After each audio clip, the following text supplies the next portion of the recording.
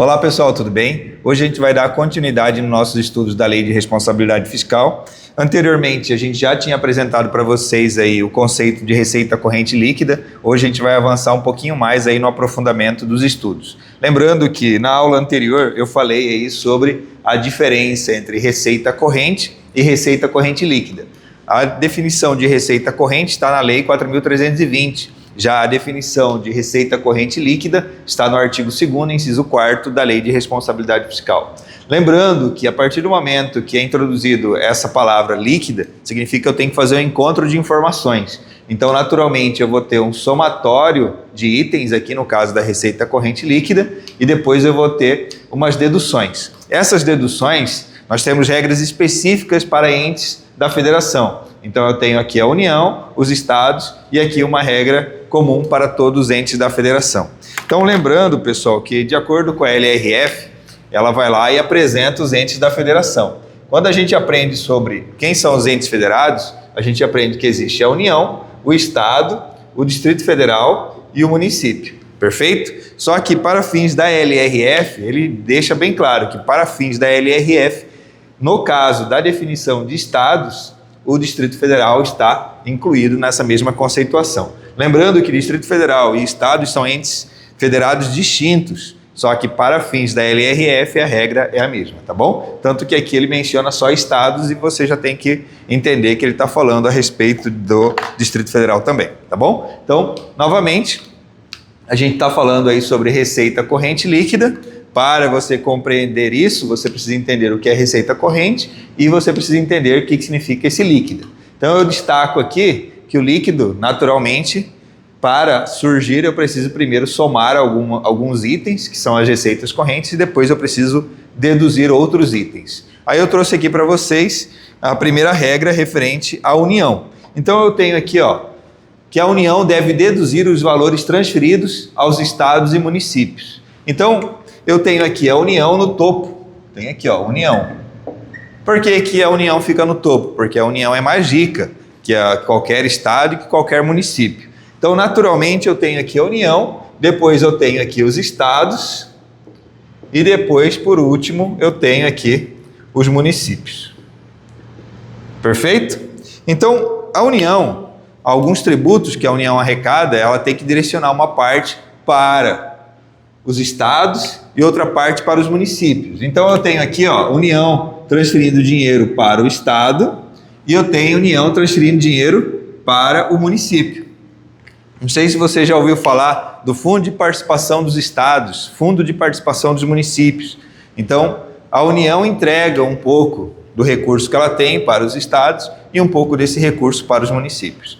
Então, se ela entrega para os entes federados, estados e municípios, ela não fica com esse dinheiro. Então, por essa lógica, você já consegue concluir por que da importância de eu ter ciência dessa fórmula. Por quê? Porque não adianta nada a União descobrir que ela arrecadou, exemplo aqui, 1 bilhão, e ela tem que transferir aos estados e os municípios 300 milhões. Então, ela não tem todo esse 1 bilhão à disposição. Ela vai ter apenas 700 milhões à disposição para gastar aí com as suas despesas. Por isso que eu preciso retirar aquilo que foi entregue para os estados e aquilo que foi entregue para os municípios, tá bom? Um exemplo bem simples, é igual ao seu salário.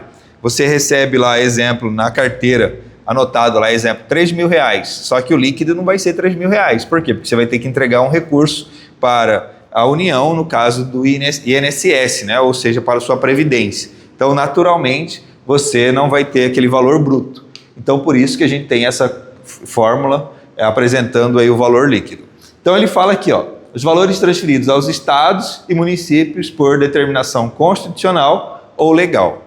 A gente vai ver mais à frente os tipos de transferências, tá bom? Os tipos de transferências, mas aqui você já visualiza que nós temos a constitucional e a legal. Mais para frente a gente vai ver que existe a constitucional, a legal e a voluntária, beleza? E depois ele fala as contribuições mencionadas na linha A do inciso 1 e no inciso 2 do artigo 195 e no artigo 239 da Constituição Federal. Então depois a gente vai ver com mais detalhes aí a respeito dessas informações. Mas resumindo, aqui são os valores para a Previdência, o valor que é que pertence à Previdência, ou seja, pertence à Previdência, não pertence à União. Ela não pode gastar com suas despesas comuns porque ela tem que destinar para a Previdência, tá bom? E aí, nós temos agora aqui a fórmula dos estados. Ó, o que eu falei para vocês aqui, ó?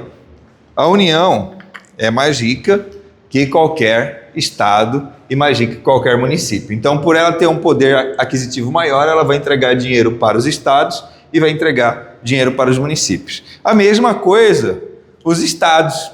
Os estados, né, em regra, eles arrecadam muito mais dinheiro que qualquer município, tá bom? Então, portanto, o estado vai entregar dinheiro para o município. E se esse estado vai entregar dinheiro para o município, então ele tem que tirar do dinheiro que recebeu o valor que é entregue aos municípios, tá bom? Então ele tem que encontrar o seu valor líquido, por isso que é receita corrente líquida. Então, naturalmente, o estado vai fazer o somatório de todas as suas receitas correntes e aí vai retirar aquele valor que é entregue para os municípios, tá bom? E aí, por fim, nós temos a linha C, que fala da regra comum aí para todos os entes federados, na União, nos estados e nos municípios. Aí ele fala a contribuição dos servidores. Então, o foco aqui é a contribuição dos servidores. Então, todo ente federado tem servidor público. Então, naturalmente, esse dinheiro vai para a previdência dos servidores públicos. Então, não pertence ao ente federado, beleza? Então, só lembrando, dentro da lei orçamentária anual, ó, dentro da lei orçamentária anual, nós temos aí 3 orçamentos. Orçamento fiscal, orçamento da Seguridade Social e orçamento de investimento, perfeito? Então nós temos 3 orçamentos. Este orçamento aqui é dividido em 3 partes. Nós temos aí saúde, previdência social e assistência social.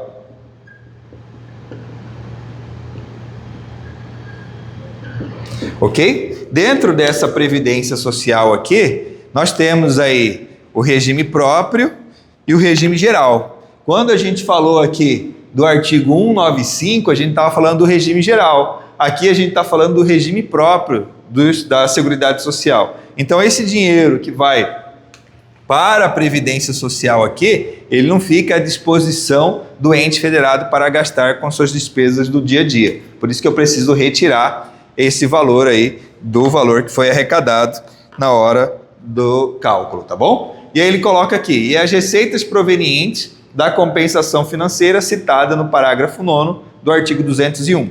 Também está relacionado à Previdência Social, tá bom? Também está relacionado. Por quê? Porque geralmente funciona assim, ó.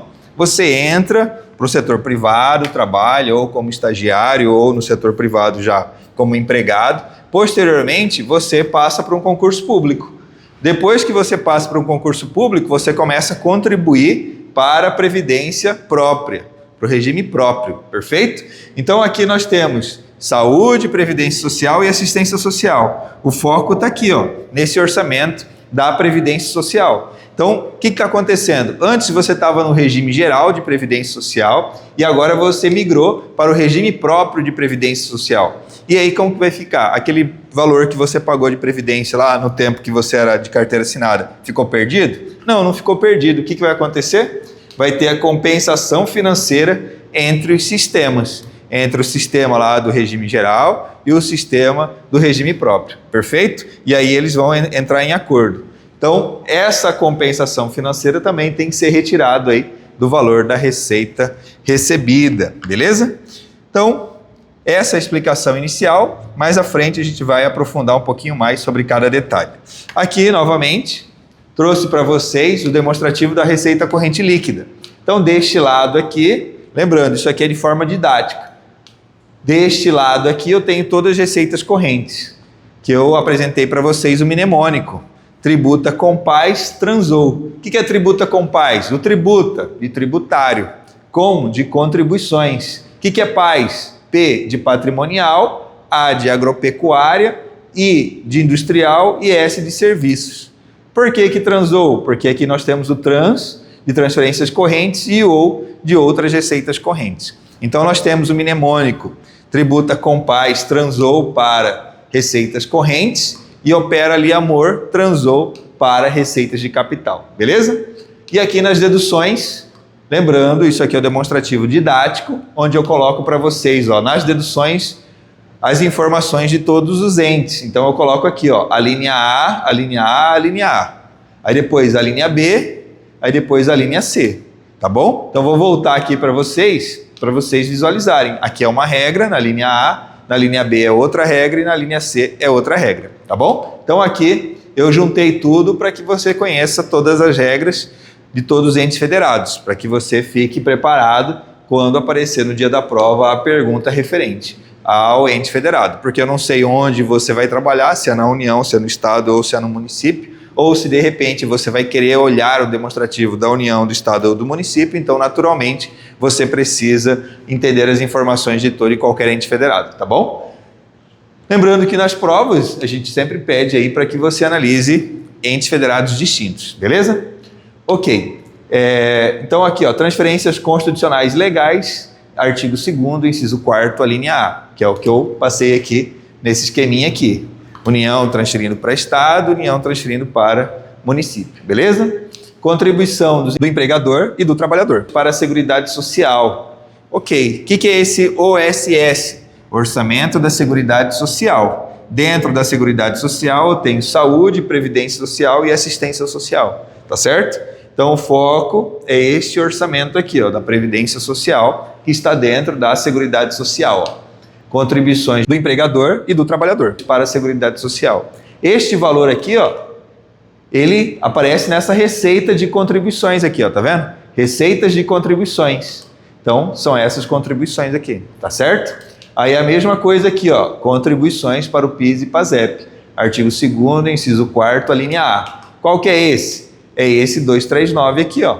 Artigo 239 da Constituição é a contribuição para o PIS e o PASEP. Este aqui, contribuições do empregador e do trabalhador. Para a Seguridade Social, é esta contribuição do artigo 195, tá bom? Beleza? Aí depois nós temos, ó, menos, nos estados. Então agora a gente vai para a linha B, nos estados. Então é esse aqui, ó, nos estados. As parcelas entregues aos municípios, que é esse azulzinho aqui, ó, Estado entregando para o município, perfeito? Então, transferências constitucionais. Então, vou voltar aqui, ó, presta atenção na diferença. Eu tenho transferência constitucional ou legal no caso da União, e no caso do Estado ele está falando a transferência por determinação constitucional, ou seja, é a transferência constitucional apenas, tá bom? Cuidado aí com esse detalhe, que é muito importante. Beleza, depois avançando, ó. Agora vem o C, 3 Cs aqui, tá bom? Contribuição, contribuição. Então, novamente, então tá falando dessa aqui, ó. A linha C, contribuição, tá certo? Aqui são todos os entes federados. Por que todos os entes federados? Por que é uma regra comum para todos os entes federados? Porque todos os entes federados possuem servidores públicos, tá bom? Então, contribuição dos servidores para o plano de previdência. Que previdência? Dentro daqui da previdência, nós temos aí o regime próprio dos servidores. Então, quem é servidor contribui para o regime próprio. Quem é do setor privado contribui para o regime geral, tá certo? Ah, professor, mas e o comissionado da administração pública? Como ele não é concursado, ele contribui para o regime geral, tá bom? Então, apesar de ele estar trabalhando dentro de um ente federado, ele está contribuindo para o regime geral. Beleza. Aí depois ele avança aqui, ó, contribuição dos militares para o custeio das pensões. Então, a mesma situação. Dentro dos entes federados, nós temos militares, tá bom? Só que militar, ele não tem previdência, ele não tem aposentadoria, ele tem a famosa pensão militar, que é o que ele vai entrar para a inatividade, beleza? Avançando aí, por último, nesse momento, nós temos aqui a compensação financeira entre regimes de previdência, perfeito? Então, novamente, dentro da Previdência Social aqui, eu tenho o regime geral e o regime próprio. Então, quando você está trabalhando de carteira assinada, você tem o regime geral. Aí você passou num concurso público, você vai para o regime próprio. Eu vou imaginar que você trabalhou aí 10 anos no regime geral, carteira assinada. Aí você passa num concurso público, você começa a contribuir agora para o regime próprio. Aqueles 10 anos de trabalho serão perdidos? Não, não serão perdidos. Você vai na administração pública, fala que quer que seja homologado o tempo de serviço anterior, aí você faz essa solicitação. A administração pública, exemplo, municipal, estadual ou federal, vai entrar em contato com o regime geral de previdência social, perguntar quantas parcelas foram pagas aí de contribuições. Aí falar, foram 1.000 parcelas, exemplo. Aí ele vai falar, opa, então eu vou precisar desse recurso para poder pagar a aposentadoria desse servidor quando ele aposentar, tá bom? Então, compensação financeira entre regimes de previdência, tá bom? E nós temos esse último aqui que a gente vai ver em outro momento, que é do parágrafo 1º. Nesse momento, a gente está passando as regras básicas e iniciais, mas que são muito importantes aí para que você entenda a fórmula da receita corrente líquida. Beleza? Então, lembrando, depois que você faz a soma das receitas, você tem que fazer as deduções. Aí você vai encontrar o quê? O total da receita corrente líquida. Esse total da receita corrente líquida aí, ou receita corrente líquida em si, é o valor que está à disposição para que você possa utilizar nas atividades do dia a dia. Lembrando, por que a LRF surgiu? Para conter o gasto excessivo com folha de pagamento e com pagamento de juros, tá bom? Então, naturalmente, quando eu tenho essa informação de receita corrente líquida, ela vai servir como referência para o quanto eu posso gastar com folha de pagamento, tá bom? E em momento adequado, você vai descobrir quanto é o percentual para gastar com folha de pagamento por cada ente federado. E também aqui na situação de criação de dívidas. Por quê? Porque quando você cria uma dívida, ou seja, pega um empréstimo ou um financiamento, você naturalmente vai pagar juros. Então, quem que vai ter que pagar esses juros aí? A arrecadação da receita corrente, tá bom? Então, você pega uma parte da receita corrente para pagar juros, para você ter uma noção, ou seja, ter transparência de quanto está sendo destinado para o pagamento de juros, é levantada esta informação aqui. Beleza? Ok? Então essa foi a primeira parte aí em relação às alíneas do inciso 4º do artigo 2º.